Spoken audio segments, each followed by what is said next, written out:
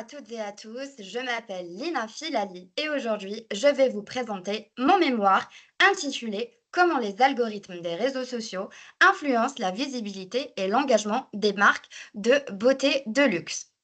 C'est un sujet qui me tient particulièrement à cœur car il croise deux mondes, la puissance technologique des algorithmes et l'univers très spécifique du luxe. Si j'ai choisi ce sujet, c'est parce qu'il correspond à la croisée de mes deux passions, le digital et l'univers du luxe, pardon. En tant que community manager et créatrice de contenu, j'ai pu expérimenter directement les effets des algorithmes. Certains posts explosent, d'autres restent invisibles sans que la qualité créative soit en cause.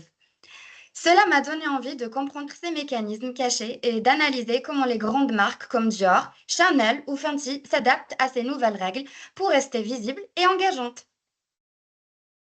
Pour vous guider, voici le plan. D'abord, le problème et les enjeux.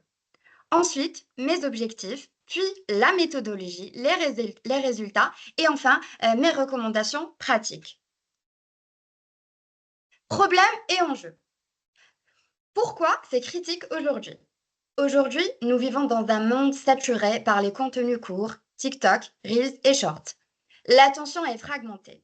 En moyenne, un utilisateur reste moins de 8 secondes concentré. Ce n'est plus le like qui compte, mais le temps de visionnage, les saves et les rewatch. Et pour, les marques du luxe, cela pose un vrai dilemme. Comment rester fidèle à une image de prestige tout en rentrant dans une logique de performance dictée par les algorithmes? Les objectifs. J'ai donc fixé 3 objectifs très concrets. Identifier les signaux que les algorithmes valorisent, mesurer leurs effets sur les comptes de beauté de luxe, en déduire une boîte à outils opérationnelle, contenu, cadence, créateur et paid. En résumé, comprendre les règles invisibles du jeu pour mieux les jouer. Comment raisonnent les algorithmes? Les algorithmes suivent un cycle assez simple. On publie un contenu, il est d'abord testé sur un petit groupe. Si les signaux sont bons, il obtient un score de qualité et est diffusé plus largement. Puis, au bout de quelques jours, il décroît. C'est ce mécanisme de test et amplification qui décide du succès d'un post. Prédicteur d'intérêt. Alors, quels sont les signaux décisifs? La rétention, c'est-à-dire combien de temps les gens regardent. Le rewatch, c'est-à-dire les gens revoient combien de temps les gens revoient la vidéo. Les saves et les shares qui indiquent un intérêt fort. Et enfin, des facteurs comme l'identité du créateur et l'utilisation d'audio tendance. En clair, l'algorithme récompense l'attention et pas seulement la visibilité. Hypothèse de travail. À partir de là, j'ai formulé 3 hypothèses. Les métriques de rétention expliquent l'essentiel du reach.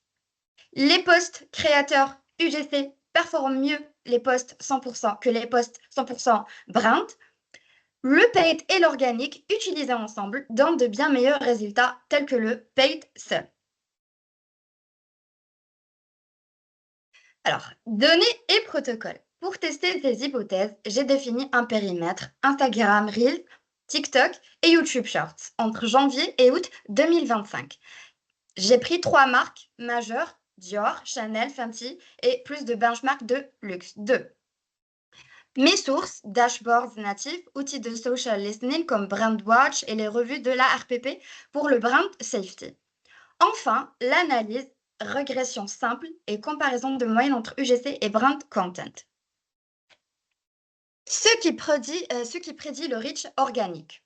Les résultats sont clairs. La rétention au-dessus de 70% est meilleur prédicteur du reach.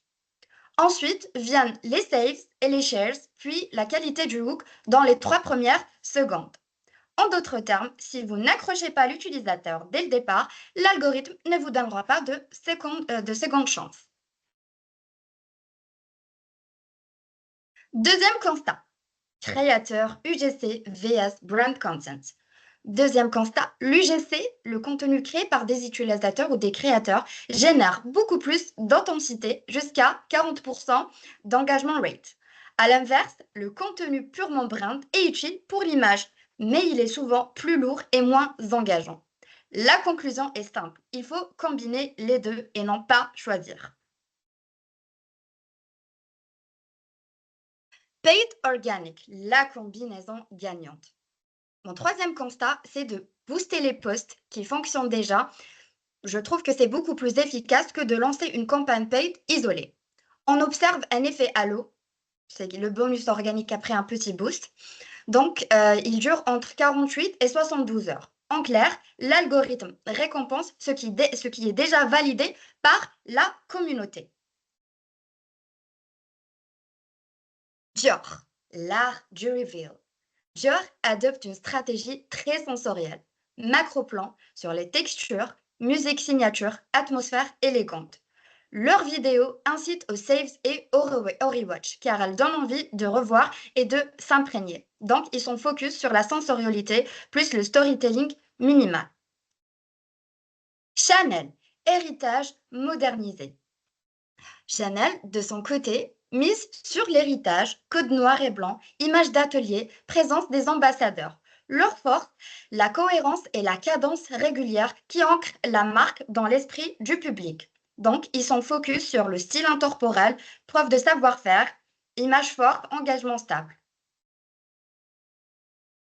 Fenty, inclusif et testable. Fenty, enfin, mise sur l'inclusivité et la démonstration testable. On y voit des pots divers, des créateurs multiples, des call to action de haut. Cette approche génère confiance et engagement en phase avec les valeurs de la génération Z. Donc, ils sont focus sur les preuves visibles et la diversité. Donc, il y a la confiance et l'engagement. Les 5 lois pratiques. À partir de mes résultats, attends, c'est moi. Donc, à partir de mes résultats, j'ai formulé 5 lois pratiques. Concevoir le hook en premier, optimiser pour la rétention et les saves, mixer UGC et brand content, booster rapidement les gagnants, mesurer non pas post par post, mais au niveau de la storytelling. Stratégie, contenu et création.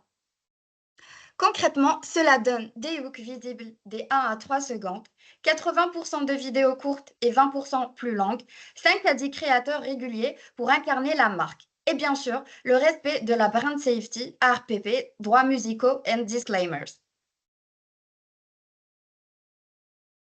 Paid, data et organisation. Côté organisation, 4 leviers. Paid, micro-budget, test et boost sur les 20% de postes les plus performants. Data, dashboard centré sur rétention, saves et shares. Le process, un sprint hebdomadaire et une bibliothèque, des hooks, avec des KPI cibles. Complétion au-dessus de 65% saves et 3% et engagement rate plus de 5%. Mise en œuvre rapide.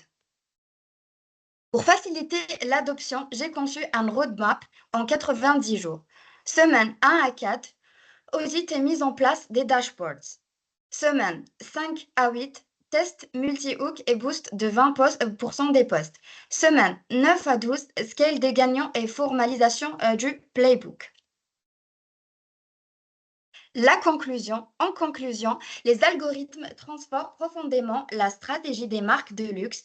Il ne s'agit plus seulement de produire de belles images, mais de capter l'attention et de générer de vraies interactions. Les marques qui réussissent sont celles qui savent combiner créativité, données et agilité. Et demain, l'IA viendra renforcer encore cette logique avec des contenus toujours plus personnalisés et testés en temps réel. Merci beaucoup à toutes et à tous pour votre écoute.